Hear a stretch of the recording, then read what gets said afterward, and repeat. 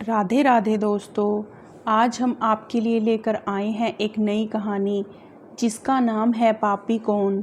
तो कहानी के अंत तक जुड़े रहिए। अगर हमारे चैनल पर पहली बार आए हैं तो चैनल को सब्सक्राइब ज़रूर कीजिए। पापी कौन काशी में प्रताप मुक्त नाम का एक राजा राज्य करता था।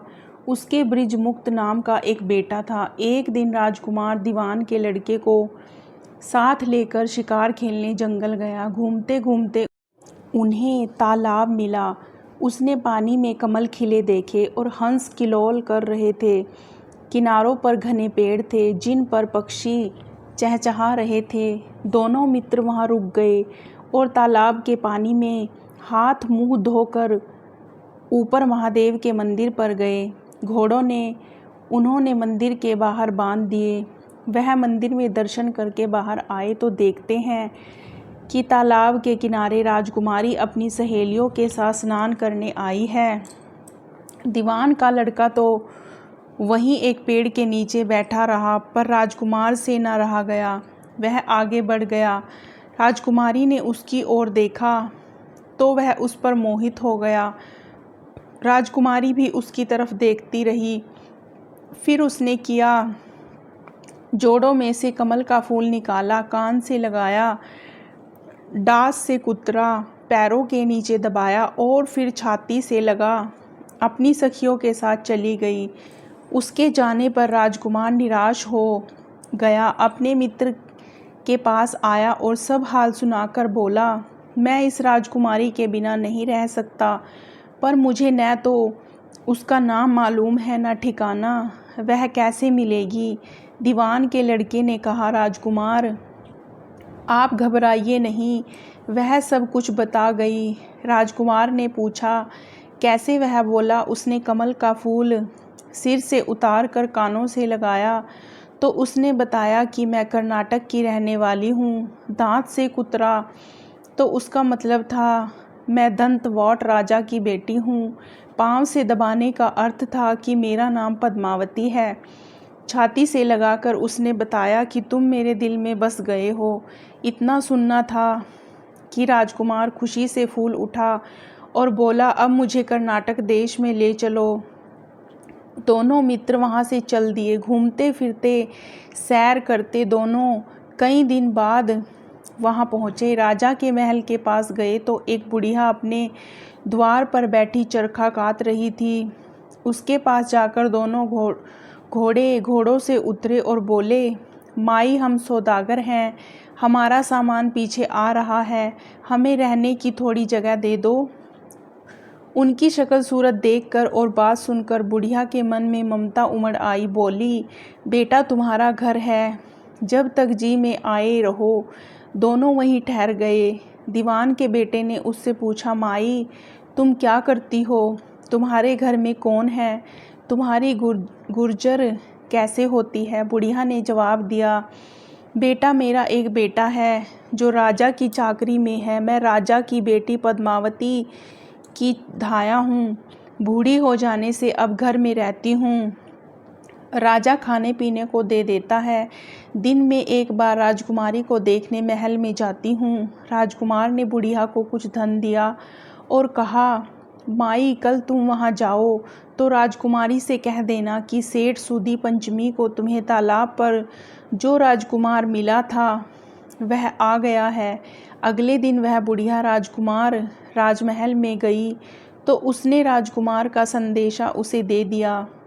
सुनते ही राजकुमारी ने गुस्सा होकर हाथों में चंदन लगाकर उसके गाल पर तमाचा मारा और कहा, मेरे घर से निकल जा बुढ़िया। बुढ़िया ने घर आकर सब हाल राजकुमार को कह सुनाया।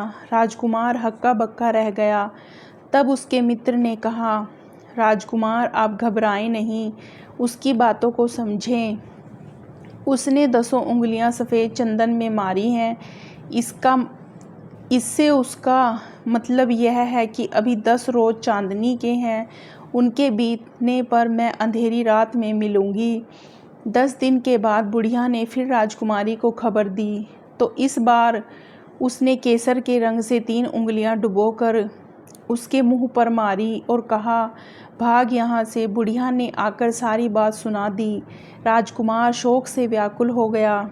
दीवान के लड़के ने समझाया, इसमें हैरान होने की क्या बात है। उसने कहा कि मुझे मासिक धर्म हो रहा है, 3 दिन और ठहरो। 3 दिन बीतने पर बुढ़िया फिर वहाँ पहुँची।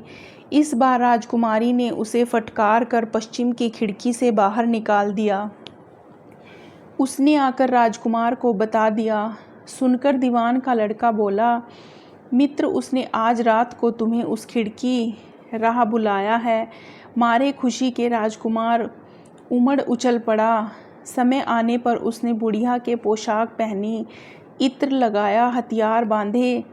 दोपहर रात बीतने पर वह महल में जा पहुंचा और खिड़की में से वह होकर अंदर पहुंच गया। राजकुमारी वहां तैयार खड़ी थी। वह उसे भीतर ले गई। अंदर के हाल देखकर राजकुमार की आंखें खुल गई। एक से बढ़कर एक चीज़ें थीं।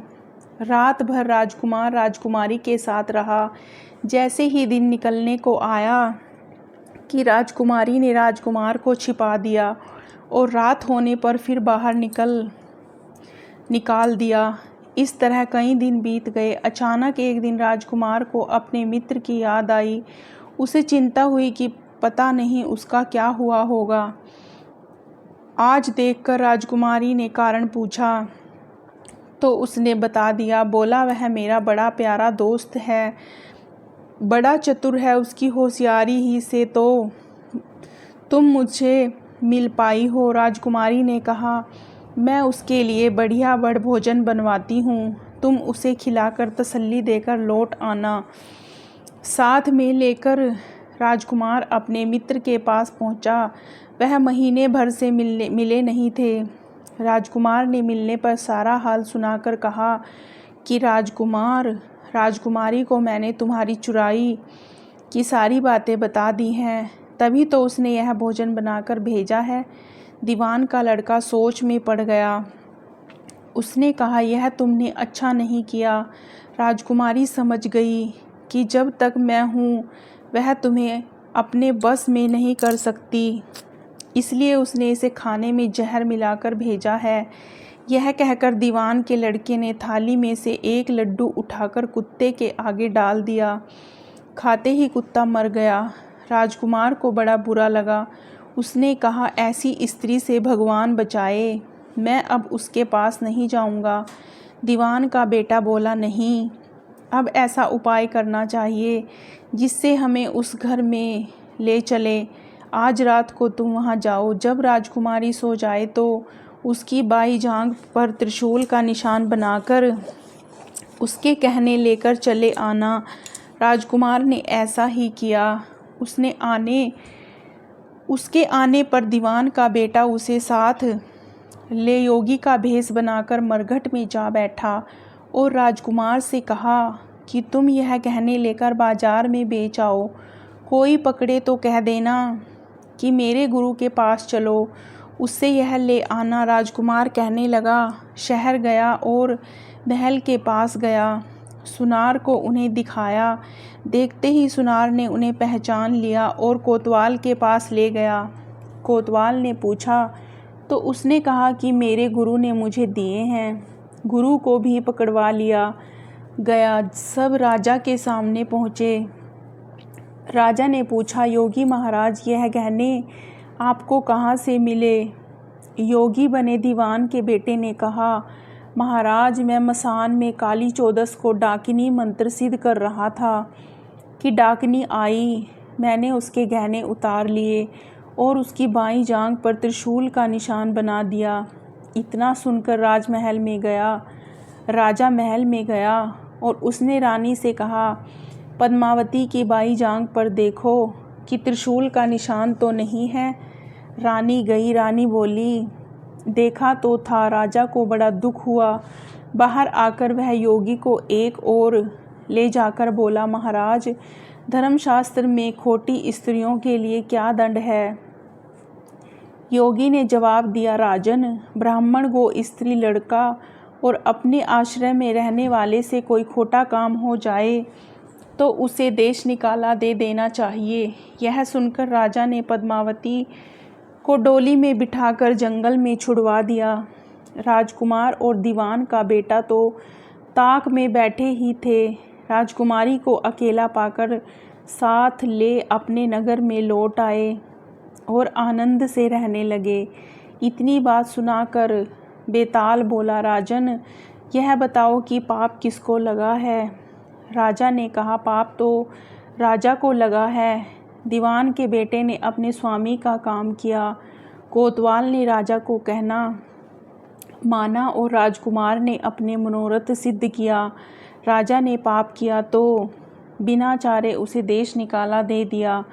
राजा को इतना कहना था कि बेताल फिर उस पेड़ पर जा लटका वापस गया और बेताल को लेकर चल दिया। बेताल बोला, राजन सुनो, एक कहानी और सुनाता हूँ।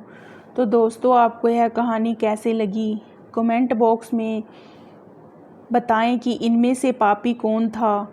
हमारे चैनल पर पहली बार आए हैं तो चैनल को सब्सक्राइब ज़रूर करें।